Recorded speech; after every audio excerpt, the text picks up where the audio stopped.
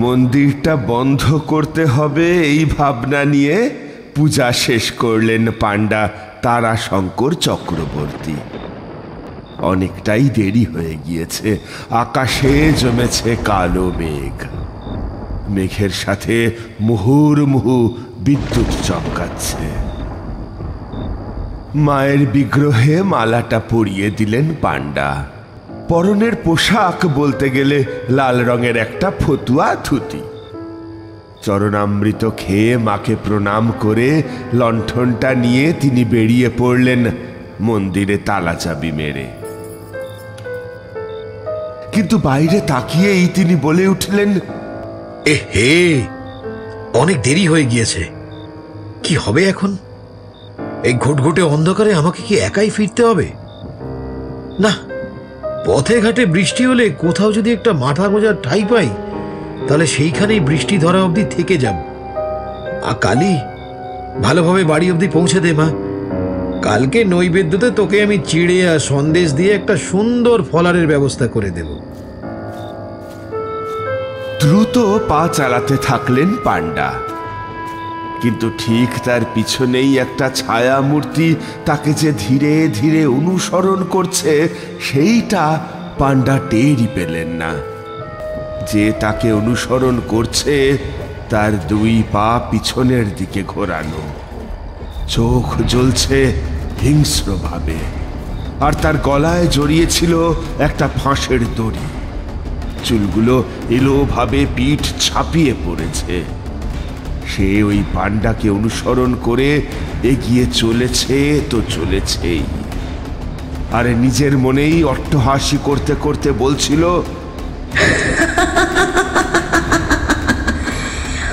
অনেকদিন পর এই অন্ধকার রাতে বেটাকে বাগে পেয়েছি।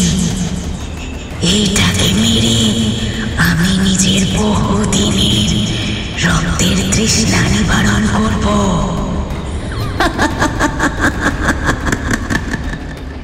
কথাটা বলেই সে ওই জায়গা থেকে অদৃশ্য হলো। পাণ্ডা তার হাতের আলোর একমাত্র সম্বল ওই লণ্ঠনটাকে নিয়ে এগিয়ে আসছিলেন। আস্তে আস্তেই তিনি আবার নিজের মনে বলে উঠলেন, হ্যাঁ, না না না না, আমার কারণেই এই অনর্থটা হলো। গঞ্জের বাজার থেকে ফিরতে এতটা যে দেরি হবে সেইটা জানলে কোন সকালে বেরিয়ে পড়তুম। আর বলিহারিম কাণ্ড মুখুজ্জে গিন্নির। মায়ের মন্দিরকে দেবত্ব সম্পত্তি হিসেবে ঘোষণা করে দিয়ে আমার ওপর সেবার ভার দিলেন বটে, কিন্তু মন্দিরে যে আসছে অমাবস্যায় বড় পুজো হবে, তার সামগ্রীটা তো এনে রাখবেন। কিন্তু সেই দিকে কোনো হুঁশ নেই ওনার। বলতে গেলে স্পষ্ট বলে দিলেন আমি যেন এই কাজের দায়ভার গ্রহণ করি, আর হিসেব অনুসারে টাকা ধরিয়ে দিলেন। এই কারণেই তো মন্দিরের সন্ধ্যারতির এতখানি দেরি হয়ে গেল। ওরে বাবারে, এখন বাড়ি ফিরতে পারলে ভালো হয় মাগো, ঠিক করে পৌঁছে দে। নিজের মনেই বকবক করতে করতে এগিয়ে যাচ্ছিলেন তারাশঙ্কর পাণ্ডা। ঝোড়ো হাওয়া বইছিল। বাঁশ বাগানে ঢোকার মুখেই হঠাৎ করে তিনি শুনতে পেলেন যে কেউ যেন কাঁদছে। আরে, এত রাতে ঘন বাঁশ আর নলখাগড়ার বনের মধ্যে কে কাঁদছে? গিয়ে দেখি তো। এই কথা বলে পাণ্ডা সেই শব্দের উৎস শুনে এগিয়ে যেতে লাগলেন। ওই কান্নার শব্দ শুনে তিনি যে কখন নিজের গতিপথ বদলে ফেললেন খেয়ালই রইল না। ক্রমেই মেয়েলি কান্নার স্বরটা আরো বেশি তীক্ষ্ণ হয়ে কানে এসে ধাক্কা মারল পাণ্ডার। বাঁশ বাগান আরো অনেক বেশি ঘন হয়ে উঠল। পাণ্ডা বলে উঠলেন, যা দেখা তাড়াতাড়ি দেখতে হবে। লণ্ঠনের তেল যৎসামান্যই আছে। এই নিকষ কালো আধারে আলো নিবে গেলেই মুশকিল।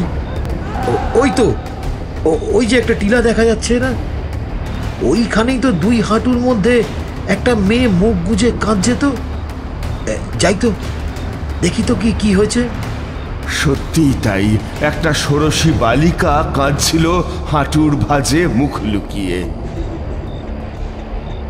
পাণ্ডা এবার তার দিকে এগিয়ে বলে উঠলেন, এই যে মেয়ে, তুমি এত গভীর রাতে অন্ধকারে কি করছো?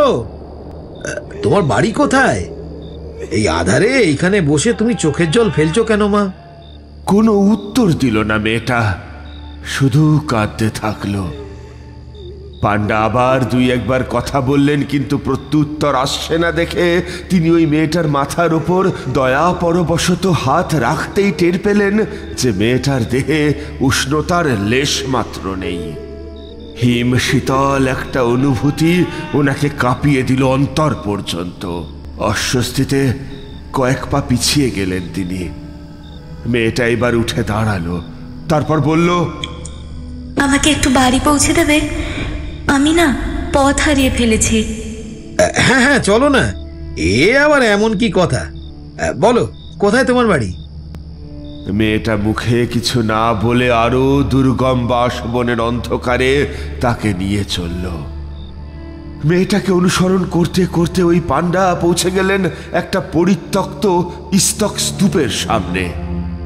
অন্ধকারে চোখ সয়ে এসেছিল, আর লণ্ঠনের যৎ সামান্য আলোতে দেখতে পেলেন যে ওরা আসলে দাঁড়িয়ে আছে একটা ভগ্নপ্রায় মন্দিরের সামনে। ওই মন্দিরের দিকে তাকিয়ে থাকতে থাকতে কেমন যেন বিভোর হয়ে গেলেন পান্ডা। তারপর বললেন, ও বাবা, এটা তো একটা মন্দির। এইখানেই থাকো তুমি? এ কি খুকি? কই গেলে খুকি? হঠাৎ করেই ওই পান্ডা শুনতে পেলেন একটা অট্টহাসির শব্দ। কে যেন উন্মাদিনীর মতো হাসতে হাসতে বলে উঠল, পিছনে একবার চেয়ে দেখতো। কাঁপতে কাঁপতেই ওই পান্ডা পিছন ফিরে চাইলেন। তারপর যা দেখলেন তাতে তার মাথা ঘুরে গেল। সামনে যে বিরাট পাতাবিহীন শিমুল গাছটা, ওই গাছে ঝুলছে সেই ষোড়শী মেয়েটি। তার গলায় পরিহিত একটা বড় মাপের ফাঁস, কিন্তু তবু সে হাসছে। ওই ফাঁস থেকে আরো কিছু দড়ি এসে জড়িয়ে ধরল ওই পান্ডার পা আর গলা। পান্ডা তারাশঙ্কর কিচ্ছু বুঝতে পারলেন না, শুধু তার চিৎকার ছড়িয়ে পড়ল চারপাশে।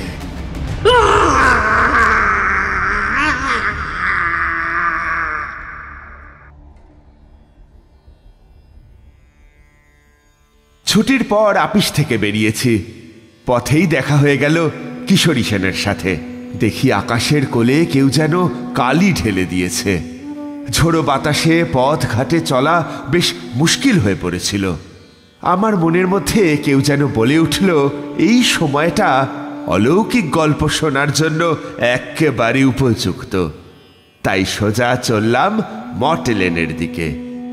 সেইখানে গিয়ে দেখতে পেলাম যে জানলার বাইরে ঠাকুরমশাই এক মনে খোলা জানলার দিকে তাকিয়ে আছেন। আমি গলা খাকারি দিয়ে ওনাকে বললাম, কি ব্যাপার ঠাকুরমশাই? আকাশ পাতাল কি এত ভাবছেন? ভাবনার কি অন্ত আছে? এই যে আজকে সন্ধ্যার সময় আকাশের বুকে ঘনিয়ে এসেছে মেঘ, আর খানিক পরেই বৃষ্টি হবে ঝমঝমিয়ে। এইগুলো দেখলে পরে নিজের অতীত জীবনের স্মৃতির কথা মনে পড়ে যায়। আমরা আগ্রহ সহকারে ওনার সামনে বসে পড়লাম মোড়ার আসনে। উনি আমাদের আনা পাসিং শো ধরিয়ে বলতে শুরু করলেন,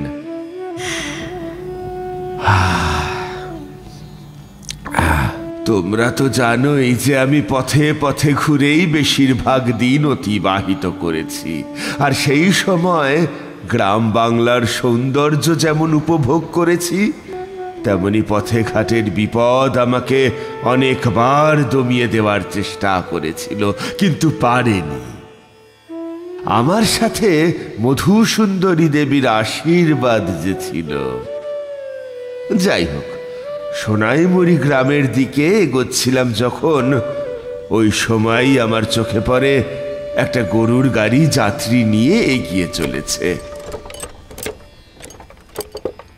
আমি একবার গাড়োয়ানকে শুধালাম, বলি, ও গাড়োয়ান ভাই, আশেপাশে কোনো গ্রাম আছে? আর থাকলে পরে সেটা কত দূর বলতে পারো? গরুর গাড়ি কিছু দূর গিয়ে থেমে গেল। যাত্রীরা বেশ অবাক হয়েই আমার দিকে তাকিয়েছিল। আমার মতন একজন ভবঘুরে পথিক যে একাই এই বিরাট মাঠ পাড়ি দেব, তাও আবার পায়ে হেঁটে, সেইটা বোধহয় তাদের ভাবনার বাইরে ছিল।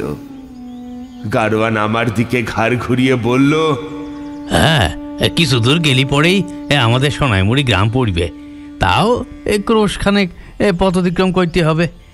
আপনি কি এই গ্রামে নতুন? হ্যাঁ, আমি নতুন এইখানে। কিন্তু কেন বলো তো? তাইলে সাবধানে চলবেন। কিছু দূর গিয়েই একটা 3 রাস্তার মোড় পাইবেন। ওইখানে গিয়াই বাম দিকের পথটা এড়িয়ে চলবেন। ওইখানেই একটা বাঁশ বাগান আছে। ওই পথটা ধরলে যদিও দ্রুত হবে, কিন্তু ওই পথটা দিয়ে না চলাই ভালো। আপনারে আমি গরুর গাড়িতে গ্রামে পৌঁছে দিতাম, কিন্তু সইয়ের ভিতর এক ফোঁটা জায়গা নেই। ক্ষমা করবেন ঠাকুর মশাই। আরে ক্ষমা চাইছো কেন? আমি হেঁটেই ঠিক পৌঁছে যাব, আমার অভ্যেস আছে। বরং তোমরা আর দেরি করো না, গ্রামে গিয়ে কথা হবে। এই চল চল চল, হর হাট হাট হাট, চল চল চল চল। গরু দুটির উদ্দেশ্যে গাড়োয়ান হুট হাট শব্দ করে চলে গেল। ক্রমেই তারা আমার দৃষ্টিসীমার বাইরে। যাই হোক, আমি হাঁটতে হাঁটতে সত্যি একসময় পৌঁছে গেলাম ওই 3 রাস্তার মোড়ে। কিন্তু তোমরা তো জানোই যে আমি ঈশ্বরের কৃপাধন্য। স্বয়ং মধু সুন্দরী দেবী আমাকে আশীর্বাদ করেছিলেন যে বাহ্যিক কোনো নিম্ন শ্রেণীর শক্তি আমাকে স্পর্শ করতে পারবে না। আমি ঠিক করলাম ওই বাম দিকের পথটা দিয়েই যাব। তার মানে আপনি ইচ্ছে করেই বিপদকে মাথায় নিতে ইচ্ছুক ছিলেন, তাই তো? না না, বলতে পারো আমার কৌতূহল অত্যাধিক বেশি ছিল। তাই যেইখানে বিপদ বেশি, সেইখানে ওই ভয়ের আসল কারণটা খোঁজার জন্য আমি চলে যেতাম। আমি চলতে চলতে অনেকটাই এগিয়ে গেলাম, আর ওই সময়ই বাঁশবাগানের মধ্যে কোত্থেকে একটা কান্নার স্বর শুনতে পেলাম। আর এক সময় হুট করেই আমার সামনে একটা শুকনো গাছ মরমর করে ভেঙে পড়ল। অর্থাৎ কেউ যেন আমার পথে বাধা দিতে চায়। আমি মায়ের নাম জপ করতে করতে ওই ডালটার পাশ দিয়ে এগিয়ে গিয়ে পৌঁছে গেলাম গ্রামের বুকে। দেখলাম যে গ্রামের চাষিরা গোছা গোছা কাটা ধান কাঁধে তুলে নিয়ে চলেছে বাড়ির উদ্দেশ্যে। আমি তাদের জিজ্ঞাসা করলাম, কই চললে হে? এইবার ফসল কেমন হলো? ফসল তো ভালোই হলো, কিন্তু জমিদার বাবুর কাছে দিতে হবে কর হিসেবে ভাগের ধান, ওই দিতেই তো চলেছি। আমি তাদের সাথে গেলাম। বিরাট জমিদার বাড়ি। লম্বা রোয়াকে বসেছিলেন জমিদার মশাই। পাশেই ছিল একজন হিসেব লেখক, সেই সম্পূর্ণটা হিসেব করে লিখে রাখছিল। ওই সময় একটা কাণ্ড ঘটল। অন্দরমহল থেকে বেরিয়ে এলো একজন দাসী। সে এসে জমিদার মশাইয়ের কানে মুখ রেখে নিচু স্বরে কি যেন বলতেই জমিদার বাবু বুকে ব্যথা অনুভব হেতু বুকের বাম দিকে হাতটা রাখলেন। তারপর বলে উঠলেন, না না, এ হতে পারে না, চলো দেখি। সকলেই ওই কথা শুনতে পেয়েছিল, কিন্তু প্রহরীদের দৌড়াতে কেউই ঢুকতে পারছিল না ভিতরে। আমার মনে তখন বিপদের সংকেত বেজে চলেছে। নিমেষের মধ্যে পালকি বের করে বেহারার দল বাইরে দাঁড়ালো। জমিদার মশাই আর তার গিন্নি বেরিয়ে এলেন, কিন্তু তাদের মুখে নেমে এসেছে কালি ঢালা অন্ধকার। দুইজন লেঠেল একটা রুগ্ন প্রায় ছেলেকে ধরাধরি করে তুলে নিয়ে এলো। আমি এবার জমিদার মশাইকে সাহস করে জিজ্ঞাসা করলাম, জমিদার বাবু, কি হয়েছে? এই বুঝি আপনার ছেলে? উনি শুধু একবার আমার দিকে চাইলেন আর আমাকে আপাদমস্তক দেখলেন। দেখার পরে আমাকে উত্তর দিলেন, হ্যাঁ, এই আমার ছেলে কুমুদ রঞ্জন। ছেলেটা কালকেই আসার কথা ছিল বাড়িতে, কিন্তু ছেলেটা কালকে রাত্রি থেকে আসছে না দেখে আমার কেমন যেন সন্দেহ হয়। আর আমার দাসী কুমুদিনী সেই নাকি জল আনতে গিয়ে দেখে মাসবাগানের ঝোপের আড়ালে যে মন্দিরটা আছে ওইখানে পড়ে আছে। কি বিড়ম্বনা দেখুন তো! লেঠেলরা পেছনের দরজা দিয়ে তাকে ঢুকিয়ে শুইয়ে দেয় বিছানায়। তারপর আমাকে কুমুদিনী খবর দিতে আমি এখন যাচ্ছি ডাক্তারের কাছে। আমি কি একবার দেখতে পারি আপনার ছেলেকে? অনুমতির অপেক্ষা না করে রুগ্নপ্রায় ছেলেটার দিকে এগিয়ে গিয়ে দেখলাম যে আমার ধারণাই সঠিক। একদিনেই তার দেহ লাবণ্য সব কে যেন শুষে নিয়েছে। সে বেহুশ হয়ে আছে। আমি তখন বললাম, আপনি যে ওকে পালকি করে ডাক্তারের কাছে নিয়ে যাচ্ছেন, সে কি এই ধকল সইতে পারবে? তার চাইতে ডাক্তারকেই ডেকে পাঠান। যদিও এই রোগের চিকিৎসা ডাক্তারের দ্বারা হবে না, আমাকেই যা করার করতে হবে। আমার কথা শুনে জমিদার বাবু চাইলেন তার ছেলের দিকে। সত্যি সে শারীরিক ধকল নিতে পারবে না। 1 ঘন্টা অপেক্ষা করবার পর এলেন ডাক্তারবাবু।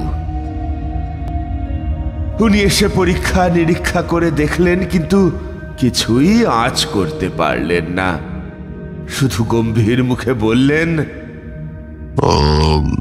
হৃদস্পন্দন তো বেড়ে গিয়েছে, এ তো ভালো লক্ষণ নয়। আপনার ছেলে কিছু একটা দেখে ভয় পেয়ে সংজ্ঞা হারিয়েছিল। আমি ঠিক ধরতে পারছি না, তবু যাতে আপনার ছেলের আরাম হয় সেই সংক্রান্ত কিছু ওষুধ দিয়ে যাচ্ছি। নিয়ম মতো খাওয়াবেন, দেখুন 1 সপ্তাহ। ওষুধ দিয়ে বেরিয়ে গেলেন ডাক্তারবাবু। উনি বেরিয়ে গেলে আমি এইবার ওই ছেলেটির দিকে এগিয়ে গেলাম। গিয়ে দেখি ছেলেটা শয্যায় শুয়ে আছে। সে বারবার ওপর দিকে তাকাচ্ছে। ওই দেখে আমি একবার বুড়ো আঙুল দিয়ে তার কপাল স্পর্শ করে চোখ বুঝলাম। আর সে ওই মুহূর্তে কথা বলে উঠল, আমাকে ওই কঙ্কাল সাধক মেরে ফেলবে। চলে যা, চলে যা এখান থেকে, সরে যা, সরে যা, ছেড়ে দে আমায়, নরাধম, ছেড়ে দে। আচম্বিতে ওই ছেলের গলায় কথা ফুটে উঠল শুনে জমিদার বাবু নিজেকে আর ধরে রাখতে পারলেন না। দ্রুত পদে ঢুকে গেলেন ঘরে। তারপর ছেলের দিকে হুমড়ি খেয়ে পড়তে গিয়েই আমি তাকে বাধা দিলাম। ইশারায় তাকে জানালাম যে এই সময় সে ঘোরের মধ্যে আছে। উনি যেন ভুল করেও আমার ক্রিয়া চলাকালীন বিঘ্ন না সৃষ্টি করেন। আমি এইবার তার কপাল থেকে বুড়ো আঙুলটা সরিয়ে আমার গলায় পরিহিত রুদ্রাক্ষের মালাটা খুলে সেইটা জপের মালার মতো করে ধরলাম। ছেলেটা একবার চোখ বুঝল, তারপর আবার চোখ মেলে উঠে বসল। আমি আমার ঝোলা থেকে মায়ের আশীর্বাদী 2টি জবা ফুল খাটের 2 প্রান্তে রেখে দিলাম। কিন্তু কেন ঠাকুর মশাই? জবা ফুল রেখে লাভটা কি?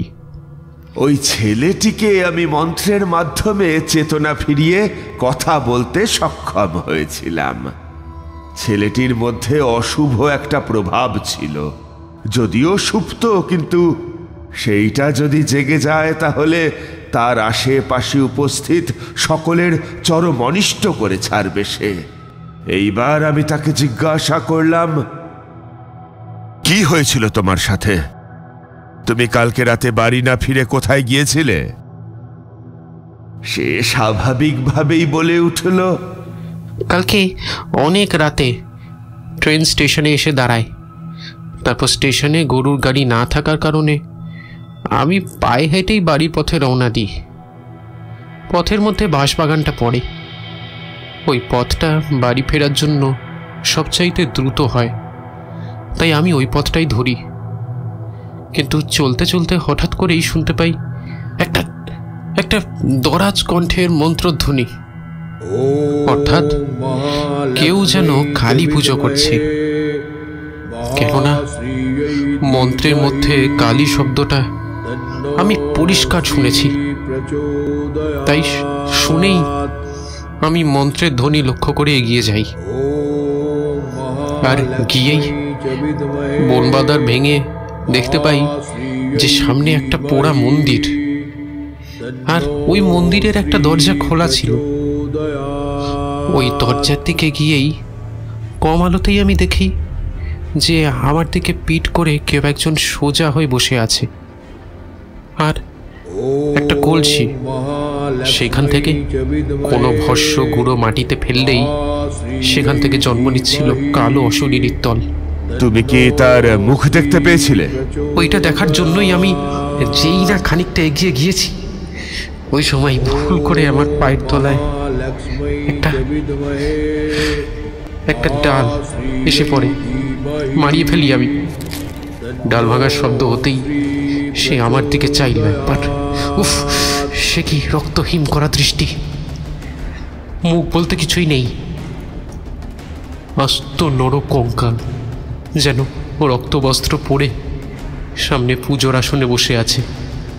আর সামনে যে বিগ্রহটা ছিল সেটা কোনো বিগ্রহ না, বরং খড়ের কাঠামো। আর সেই কাঠামো থেকেই রক্ত চুইয়ে চুইয়ে পড়ছিল। আমাকে দেখা মাত্র ওই কঙ্কালটা এগিয়ে এলো, কিন্তু আমার পা দুটি বরফের মতো জমে গিয়েছিল মাটিতে। তবু প্রাণপণে আমি ওইখান থেকে পালাতে গিয়েই একটা গাছের নিচে এসে পৌঁছই। সেইখানে দেখলাম আমার গতিরোধ করে দাঁড়িয়ে আছে একটা ফাঁসের দড়ি। আর একটু হাসির শব্দ শুনতে পাচ্ছিলাম আমি। ওই সময় আমার জ্ঞান হারিয়ে আমি মাটিতে পড়ে গেলাম।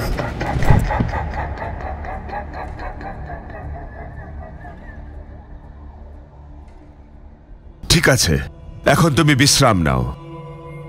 আমি ছেলেটির মাথায় হাত রেখে দিতেই সে শুয়ে পড়ল। জমিদার বাবুকে বাইরে ডেকে বললাম, দেখুন, আমাকে এই সোনাইমুড়ি গ্রামে কিছুদিন থাকতে হবে।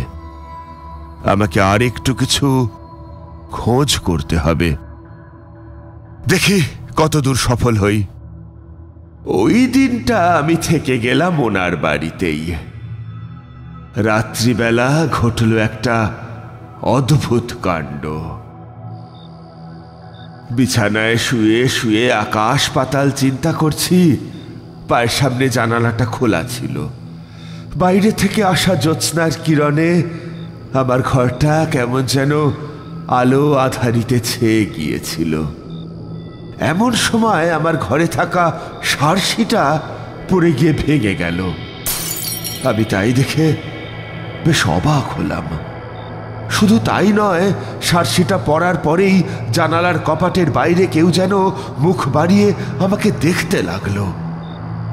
আমি একটা বিশ্রী গন্ধ পেলাম। উঠে হারিকেনটা জ্বালাতে যাব, ওই সময় অনুভব করলাম যে আমার দেহের মধ্যে আর কোনো সার নেই, আর ঠিক আমার দেহের ওপর কে যেন ঝুঁকে পড়েছে। ধীরে ধীরে তার সদন্ত বৃদ্ধি পেতে লাগলো। আমি ক্রমেই আরো আড়ষ্ট হয়ে যাচ্ছিলাম। সে আমার দিকে তাকিয়ে অট্টহাসি করে উঠল। তারপর কানের কাছে খোনা কণ্ঠে বলে উঠল, যদি প্রাণের মায়া থাকে তাহলে পালিয়ে যা। এই বলে সে নিজের একটা দাঁত আমার কাঁধে ফুটিয়ে দিল। আমি চিৎকার করেও উঠতে পারলাম না। অবশ হয়ে এলো সমস্ত শরীর। আমি জ্ঞান হারালাম।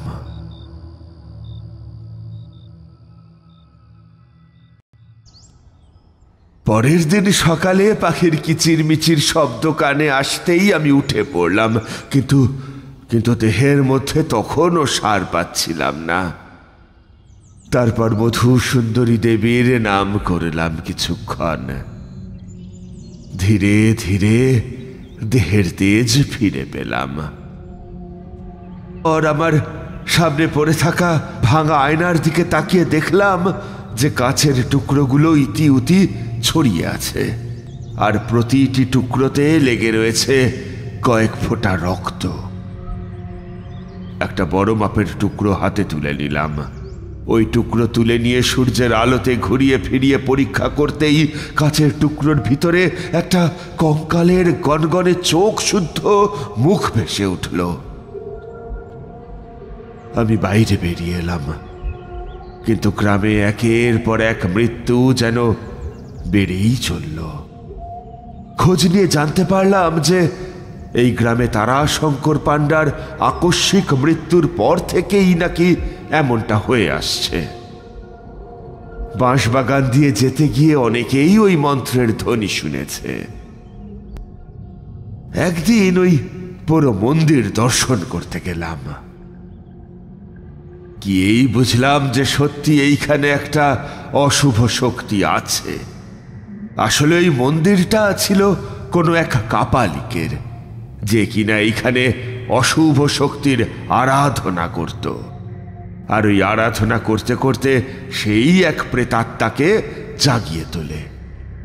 আর ওই প্রেতাত্মাকে কোনো একটা দেহের মধ্যে স্থান দেওয়ার জন্য গ্রামের এক মেয়ে কুসুমকে ফাঁসি দিয়ে হত্যা করে। সেই এখন এইভাবে সকলের প্রাণ ওষ্ঠাগত করে তুলেছে। কিন্তু এইগুলো আপনি জানলেন কি করে? কিশোরী প্রশ্ন করল। ঠাকুরমশাই আরেকটা পাসিংশ ধরিয়ে বলে উঠলেন,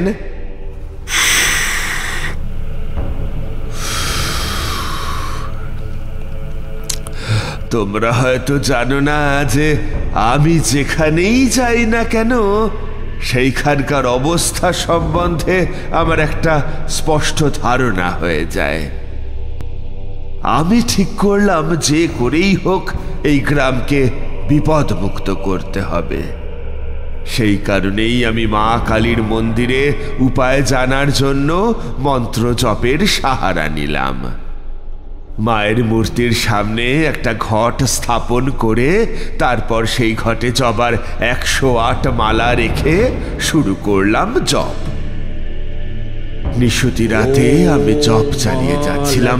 ওই সময় এই ঘটে রাখা মালাটা নিজে থেকেই খসে পড়ল, আর বাইরে থেকে ধেয়ে আসা বাতাস মায়ের সামনে প্রজ্বলিত প্রদীপ শিখাকে কাঁপিয়ে দিয়ে চলে গেল। নিমেষের মধ্যে ঘরটা ভরে উঠল সুন্দর একটা গন্ধে। শুনলাম মূর্তির থেকে মায়ের গলা ভেসে আসছে, আর মূর্তিটা দেখে জীবন্ত বলে প্রতিপন্ন হচ্ছিল। আমি মায়ের বিগ্রহের পানে চেয়ে 2 হাত জোর করে জানতে চাইলাম, হে দেবী, আমাকে পথের দিশা দেখান।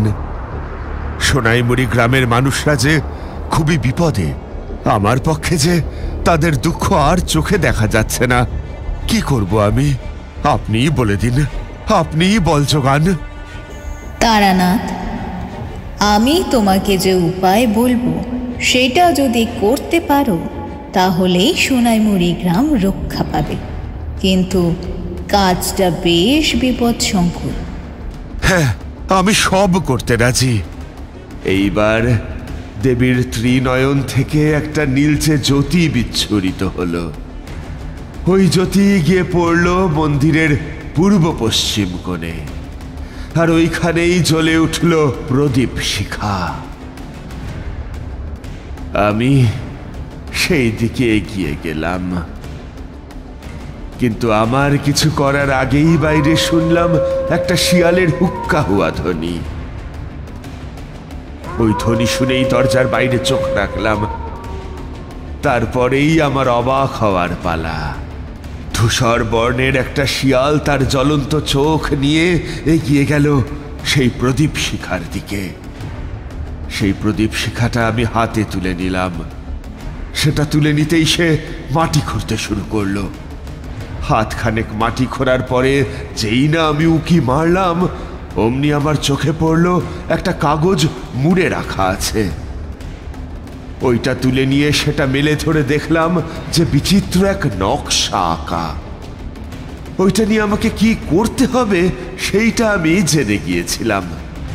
যাই হোক, মায়ের কাছে মাথা নত করে প্রণাম সেরে আমি চলে এলাম বাইরে। পরের দিন ওই মন্দিরের সামনে নির্মাণ করে নিলাম একটা গণ্ডি, আর অনেক আগেই একটা লোকের শব নিয়ে রেখেছিলাম।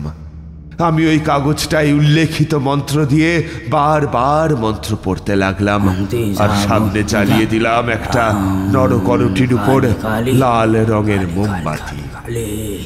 দূর থেকে ডেকে উঠল শিয়াল। শিয়ালটা ডেকে ওঠার সাথে সাথেই পুরো মন্দির থেকে শুনতে পেলাম মন্ত্রধ্বনি। ওম মহালক্ষ্মী কেউ যেন দরাজ কণ্ঠে মন্ত্র পাঠ করছে। আমিও এইবার সামনে শুয়ে রাখা শবের মস্তকে একটা তিলক পরিয়ে দিতেই সে চোখ খুলে দেখলো আমাকে। আমার কথা মতো সে উঠে চলে গেল ওই পুরো মন্দিরের দিকে। আপনি কি ওই মৃতদেহকে বশীভূত করেছিলেন? হ্যাঁ, গ্রামে আজকেই একজনের সাপে কাটা দেহ পাই। তাকে জাগিয়ে তুলে বলে দিয়েছিলাম যে সে যদি আমার কাজ করে দেয় তাহলেই তার অতৃপ্ত আত্মাকে আমি শান্তি দেব। আমার প্রেরিত সব যখন ওই মন্দিরের দিকে এগোচ্ছে তখনই মন্ত্রপাঠ থেমে গেল, আর বেরিয়ে এলো লাল কৌপিন পরিহিত একটা কঙ্কাল সার মূর্তি। ওই সময় হঠাৎ নেমে এলো ঝেঁপে বৃষ্টি। অন্ধকারে রাতে বৃষ্টির মধ্যে আমি, আমার প্রেরিত সব আর ওই তারা শঙ্কর পাণ্ডার কঙ্কাল দাঁড়িয়ে আছে।